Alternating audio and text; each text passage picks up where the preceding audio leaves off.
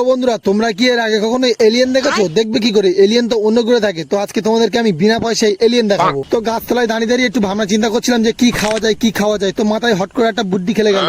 আমার মাথায় বুদ্ধি খেলে গেছে, মানে খুব ভয়ানক বুদ্ধি হবে। আজকে আমার আনারস খাওয়া থেকে কেউ আটকাতে পারবে না, যা হয়ে যায় হোক গে। তো সেই কারণেই কিন্তু 500 মিলিমিটার জঙ্গল আমি পাড়ি দিয়েছি আমার নিজের পা দিয়ে। আনারস গুলো গাছে কেমন ভাবে ঝুলছে তো তোমরা দেখতেই পাচ্ছ। তোমাদের নিচের গালে জল চলে এসছে, তো সেই কারণে কিন্তু আমার গালেও জল চলে এসেছিল, কিন্তু আমি আটকে রেখেছিলাম তোমাদের ভিডিও করানো দেখানোর জন্য।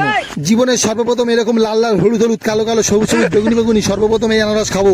আকাশে শুনেছি দেবতারা থাকে, দেবতারা কেমন সুখ পাচ্ছে আমি জানি না, কিন্তু আমি আনারস খেয়ে যে সুখ পেয়েছি। সত্যি কথা বলছি, আমার সাথে যদি দেবতাদের কন্ট্যাক্ট নাম্বার থাকতো তাহলে আমি 1 কিলো আনারস পাঠিয়ে দিতাম দেবতাদের খাওয়ানোর জন্য। এতক্ষণ যে সুখ পেয়েছি আনারস খেয়ে, সেই সুখটা মনে হয় এবার দিয়ে যেতে হবে জঙ্গলের ভিতর থেকে পা দিয়ে হেঁটে। ফাইনালি কিন্তু আমি চলে এসেছি আমার সেই এলিয়েনের মুখোমুখি। আর এলিয়েন কিন্তু এখন রেগে আছে, কারণ এলিয়েন এখন সেজে গুজে উঠতে পারেনি। দেখে মনে হচ্ছে পৃথিবীর সব থেকে ভয়ঙ্কর এলিয়েনের মধ্যে একজন, যার নাম হলো দাগলি কুমার বঙ্কিমচন্দ্র বসু ঘোষ।